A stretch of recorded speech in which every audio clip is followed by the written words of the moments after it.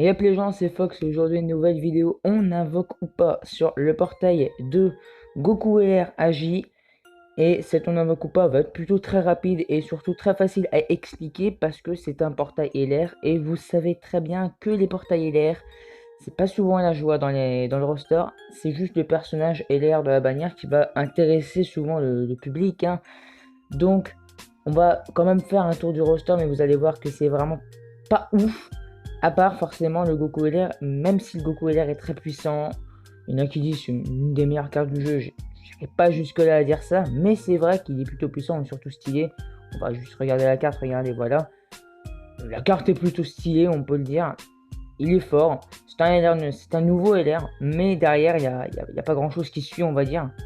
Alors, on va voir, hein, mais bon, voilà.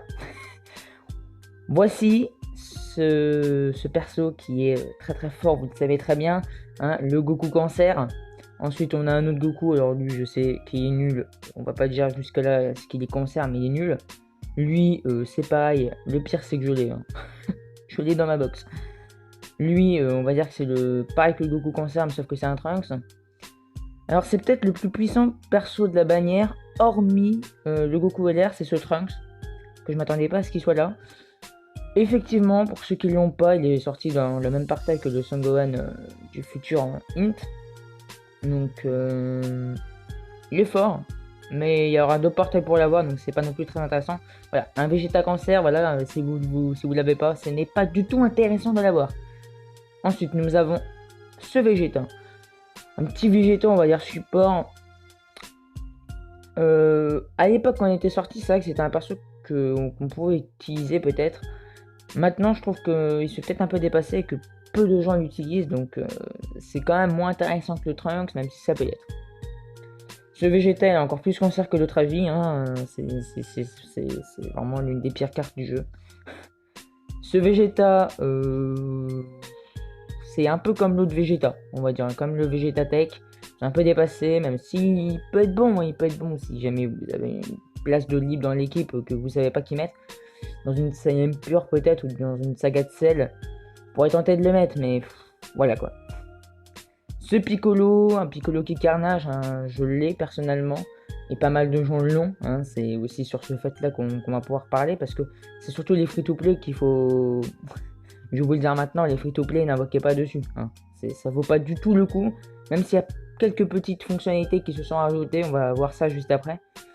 Donc le Piccolo, voilà, ce Piccolo là je l'ai aussi, je peux vous dire que je l'ai toujours pas de canne et je ne sais même pas si je le decannerai un jour tellement qu'il est nul. Et ensuite on arrive au SR, alors lui il peut se transformer en UR mais c'est bien des SR, hein. C'est des SR de base, donc voilà, il y en a plein. Il y a limite plus de SR que de SSR dans le portail. Mince. Ensuite, qu'est-ce qui s'est rajouté sur le portail?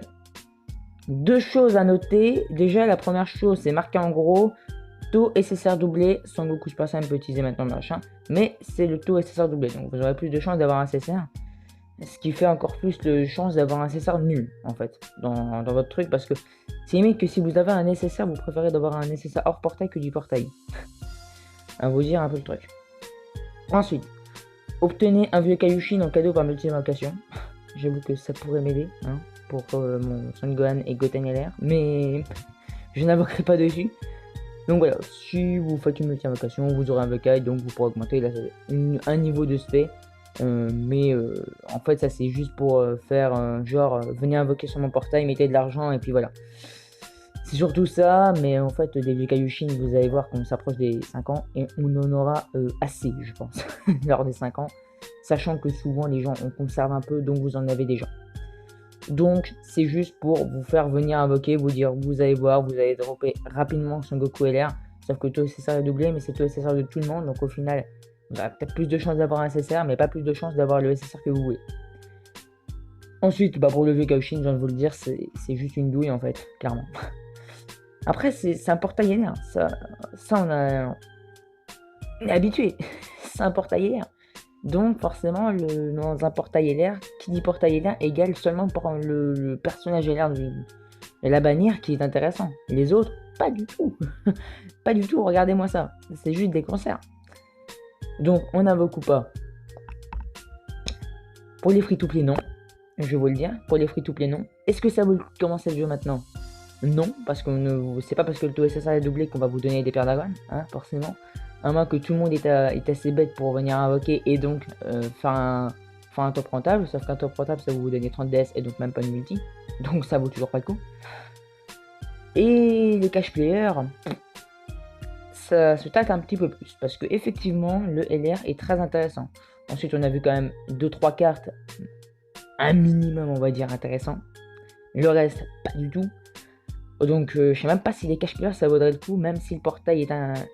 On va dire, si vous avez des DS à gaspiller les cash players, gaspillez-les, mais mettez pas d'argent s'il vous plaît. Gaspillez certaines DS que vous avez conservées, que vous avez peut-être farmées, que pour invoquer dedans, et pas toutes. Si vous jamais, par exemple, vous avez 500 DS, si au bout de 250 DS, 300 DS, vous n'avez toujours pas le Goku LR, abandonnez. N'invoquez plus parce que ça vaudrait pas le coup, ok. Ok, le personnage est fort, mais c'est pas de là à mettre des centaines d'euros non plus sur le jeu, et même pas des plus de 200 DS. Pour moi, c'est déjà trop pour avoir ce personnage. Voilà, en tout cas, mon avis, on va dire, sur ce portail. C'est un portail LR. Faut s'attendre à ce que le portail LR, forcément, ça soit pas très intéressant. Est-ce qu'il y a du lourd qui arrive après? Je ne sais pas. Je me rappelle plus du tout le portail qu'il y aura après. C'est sûr que ça sera pas un LR, forcément, parce qu'on ne va pas mettre de portail LR d'affilée, sinon le jeu sera un peu bizarre quand même. Mais voilà, voici mon avis. J'espère que cette vidéo vous a plu. En temps prochain, je vous dis à la prochaine. C'était Fox.